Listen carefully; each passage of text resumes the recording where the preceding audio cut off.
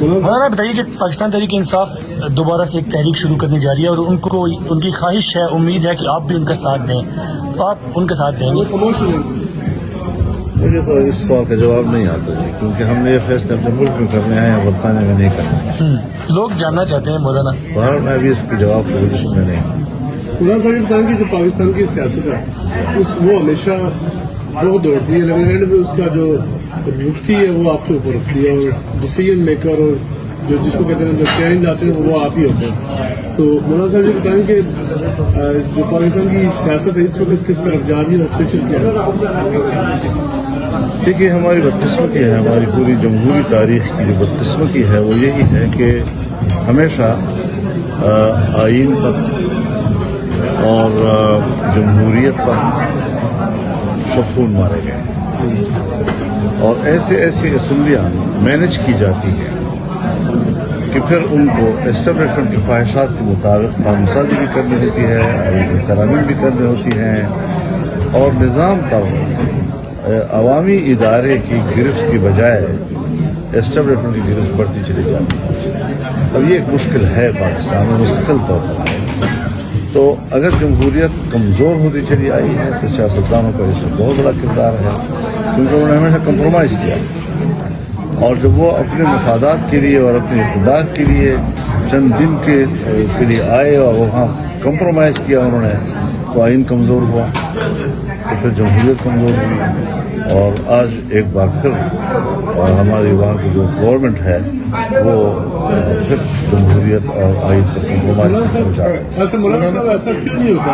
کہ تمام جماعتیں ایک ساتھ بیٹھے، یہ لوگ مل جل کے کام کریں تاکہ ان کو طاقتوں کی ضرورت نہ پڑے، لیکن یہ ایک ساتھ ہی بیٹھے رہے ہیں نا، پی ڈی ایم میں ایک ہی ساتھ بیٹھے رہے ہیں۔ اچھا مولانا، نواز شریف صاحب نے آج کہا کہ انڈیکیٹر جو ہے وہ بہت اچھے آ رہے ہیں، اکانومی اچھی ہو رہی ہے، مہنگائی نیچے جا رہی ہے اور ملک بہتری کی طرف گامزن، تو آپ سمجھتے ہیں کہ پاکستان میں بہتری آ رہی ہے؟ دیکھیے ہر حکومت اس قسم کے دعوے تو کرتی ہے، اور ہر حکومت کو ایک سال کے بعد پھر اشارے مل جاتے ہیں، لیکن پبلک تک اس کے ثمرات کب پہنچیں گے؟ بات تو یہ ہے کہ عوام تک اس کے ثمرات پہنچنے چاہیے، غریب آدمی تک پہنچنی چاہیے، مہنگائی ختم ہونی چاہیے،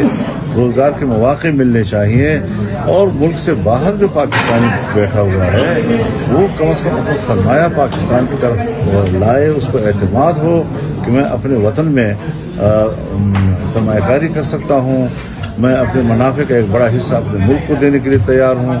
اور ملک کے اندر جو آپ کا نوجوان ہے وہ باہر کی طرف جا رہا ہے، پاکستان کا پیسہ باہر کی طرف جا رہا ہے، اپنے ملک کے اندر ہمارے پیسے والے لوگ جو ہیں کاروباری طبقہ وہ اپنے پیسے کو محفوظ تصور نہیں کر رہے ہیں، تو نتائج کو دیکھنا پڑے گا، محض دعووں سے جو ہے وہ شاید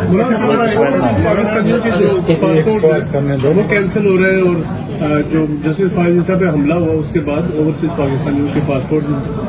کینسل ہو رہے ہیں، ان کے خلاف آپریشن بڑے پیمانے پہ ہو رہے ہیں، تو اس کو آپ کس طرح دیکھتے ہیں؟ دیکھیے یہ ذمہ داری تو حکومتوں کی ہے،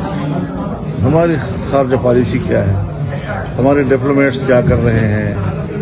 اور کیوں پاکستانیوں کو اور ہر شہری کو شک کی نظر سے دیکھا جاتا ہے۔ اس میں باہر کے ملکوں کی رویوں پر تو ہم تحفظات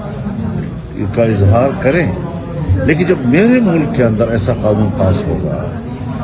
میرے ملک میں نیب بنے گا کہ جو پیدائشی طور پر ہر پاکستانی مجرم ہے، ہم جس کو چاہیں گرفتار کر سکیں گے، اور یہ پھر اس کو ثابت کرنا ہوگا کہ میں مجرم نہیں ہوں۔ ابھی دوبارہ وہی قانون پاس ہوا ہے کہ ہم نے پھر ایک بار اجازت دے دی ہے دفاعی قوت کو کہ وہ شک کی بنیاد پر کسی بھی شہری کو گرفتار کر سکتے ہیں، یعنی پاکستان کے اندر آپ کا ہر شہری مشکوک ہے، تو جب ملک کے اندر آپ کا ہر شہری مشکوک ہوگا تو وہ جب دوسرے ملک میں جائے گا تو کیا وہ اس کو شک کی نگاہ سے نہیں دیکھیں گے؟ تو پھر وہ ان کے لیے پالیسی میں سختی نہیں لائیں گے؟ تو کچھ ہمیں خود سوچنا ہوگا اپنے گھر۔ نہ میں امریکہ کو اس بات کی اجازت دے سکتا ہوں کہ وہ میرے ملک میں مداخلت کرے، نہ میں امریکہ کی سیاست میں مداخلت کرنا چاہتا ہوں، وہاں کے عوام کا فیصلہ ہے۔ یہ بات مد نظر رہنی چاہیے کہ ان کی خارجہ پالیسی چاہے ڈیموکریٹس کے ہاتھ میں ہو چاہے ریپبلکن کے ہاتھ میں ہو، دنیا کے لیے ایک ہی پالیسی رکھ دیں۔ ملک کے اندر کے بعد آپ یو کے آئے ہیں، آپ کے ماشاء یہاں فالوورز بھی بہت زیادہ ہے کہ آپ کی یہاں پہ سیاست ایکٹیو ہوگی، اب آپ کی پارٹی بھی جیسے باقی پارٹیز ایکٹیو ہیں؟